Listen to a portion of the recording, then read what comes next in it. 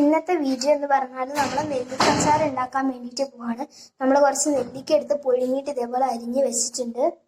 പിന്നെ എടുത്തിട്ടുള്ളത് വെളുത്തുള്ളി ചെറുതായിട്ട് അരിഞ്ഞത്, പിന്നെ പച്ചമുളക്, പിക്കിൾ പൗഡർ, പിന്നെ ഈസ്റ്റേൻ്റെ കാശ്മീരി ചില്ലി, പിന്നെ സാദാ മുളക് പൊടി, പിന്നെ നമ്മൾ കടുക് എടുത്തിട്ടുണ്ട്.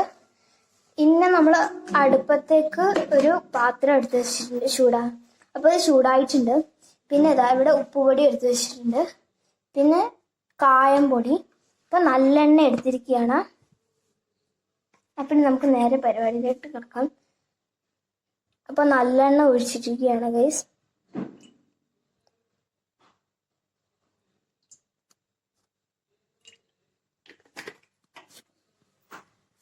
അതിനുശേഷം നമ്മൾ ഫുൾ ഫ്ലെയിമിൽ വെക്കുകയാണ്.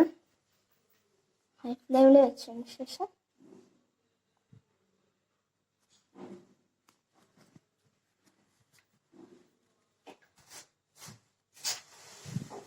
ഇനി ഇതൊന്ന് ചൂടാവണം.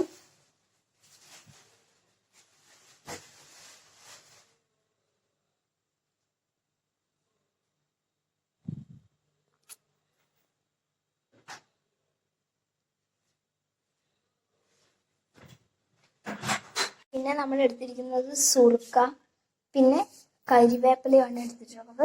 അപ്പോൾ നമ്മുടെ നല്ലെണ്ണ ചൂടാവാൻ ഇരിക്കുകയാണ്.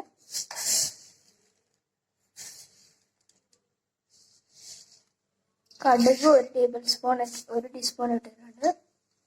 ഒരു 1.5 ടീസ്പൂൺ കടുക്. അപ്പോഴത്തേന് എണ്ണ നന്നായിട്ട് ഇങ്ങനെ തിളയ്ക്കും.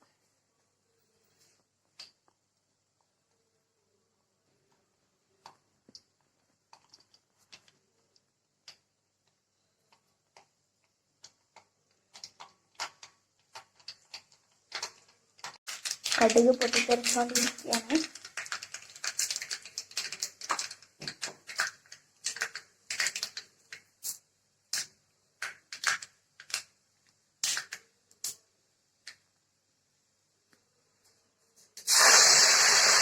അടുത്ത് നമ്മൾ കരിവേപ്പില ഇട്ടിട്ടുണ്ട്. വെളുത്തുള്ളി പച്ചമുളക് അതിൻ്റെ ചേർക്കുന്നത്.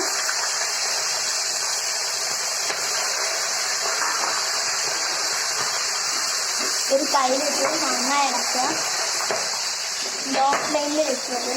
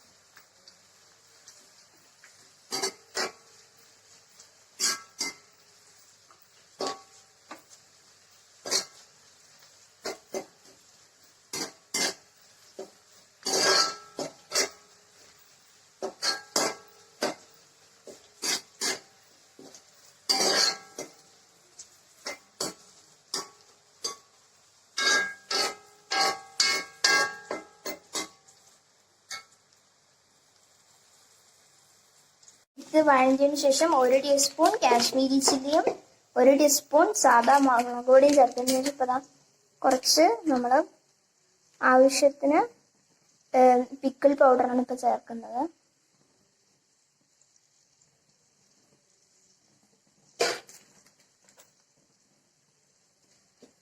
എന്നിട്ട് നന്നായിട്ട് ഇളക്കുക.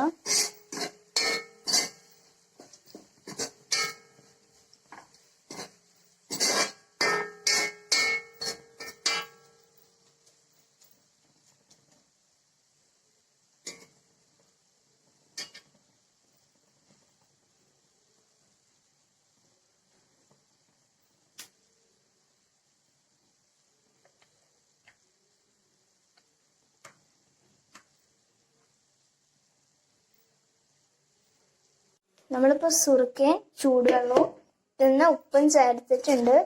പിന്നെ നന്നായിട്ടൊന്ന് ഇളക്കട്ടെ. ഇതൊന്ന് തിളയ്ക്കണം കേട്ടോ.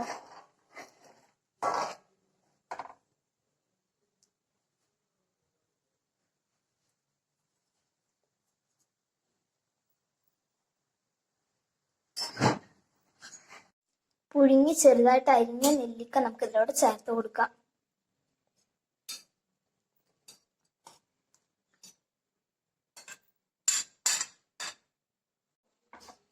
പിന്നെ നമുക്ക് നന്നായിട്ടൊന്ന് ഇളക്കി കൊടുക്കാം. അപ്പോൾ നമ്മൾ ഇളക്കിയിട്ടുണ്ട്. ഇനി നമുക്ക് ഇതിലോട്ട് കായം പൊടി ചേർക്കാം. മുകളിൽ കൂടെ കുറച്ച് കായം പൊടിയാണ് നമുക്ക് ഇട്ട് കൊടുത്തിട്ടുള്ളത് ഗൈസ്. എന്നിട്ട് നന്നായിട്ടൊന്ന് ഇളക്കി കൊടുക്കാം. അപ്പം നമ്മളതൊരു മൂടി വെച്ച് മൂടിയിട്ടുണ്ട്. നമുക്ക് ലോ ഫ്ലെയിമിൽ വെക്കാം. ലോ ഫ്ലെയിമിൽ വെച്ചതിന് ശേഷം ഇനി ഇത് നമുക്ക് കുറച്ച് നേരം കഴിഞ്ഞാൽ ഓഫാക്കാം. പിന്നെ ഉപ്പ് പാകം അല്ലെങ്കിൽ നമുക്കത് ചേർത്ത് കൊടുക്കാം. അപ്പോൾ നമ്മൾ തുറക്കാൻ പോവാണ്. അപ്പോഴേക്ക് ഇങ്ങനെ ചെറിയ തിളയൊക്കെ വന്നിട്ടുണ്ട്. അപ്പോൾ നമുക്കൊന്ന് ഇളക്കാം.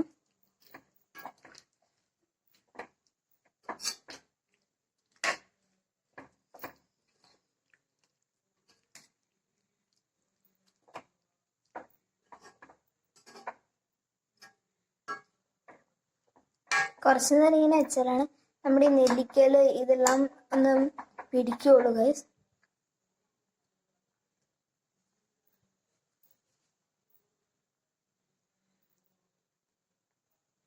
നെല്ലിക്ക ഒന്ന് ഇളക്കി കൊടുത്തതിന് ശേഷം നെല്ലിക്കയിൽ ഇതെല്ലാം ഒന്ന് പിടിക്കാൻ വേണ്ടി കുറച്ച് നേരം വെക്കുക ഗൈസ്. അപ്പോൾ നമ്മുടെ നെല്ലിക്കച്ചാർ ഇവിടെ റെഡി ആയിട്ടുണ്ട്. സോ ഗൈസ്, നമ്മുടെ നെല്ലിക്കച്ചാർ ഇവിടെ റെഡി ഉണ്ട്. അപ്പോൾ നമ്മൾ ടേസ്റ്റ് ചെയ്ത് നോക്കാൻ പോകുന്നത് എന്തായാലും നമ്മൾ നെല്ലിക്കച്ചാർ സൂപ്പർ ആയിട്ടുണ്ട്. ഗൈസ്, ഈ വീഡിയോ ഇഷ്ടപ്പെട്ടെങ്കിൽ ലൈക്ക് ചെയ്യുക. ഞങ്ങളുടെ ചാനൽ ആദ്യം വരുവാണെങ്കിൽ സബ്സ്ക്രൈബ് ചെയ്യുക. പുതിയൊരു വീഡിയോയിൽ നമ്മൾ വരുന്നതായിരിക്കും. ബൈ.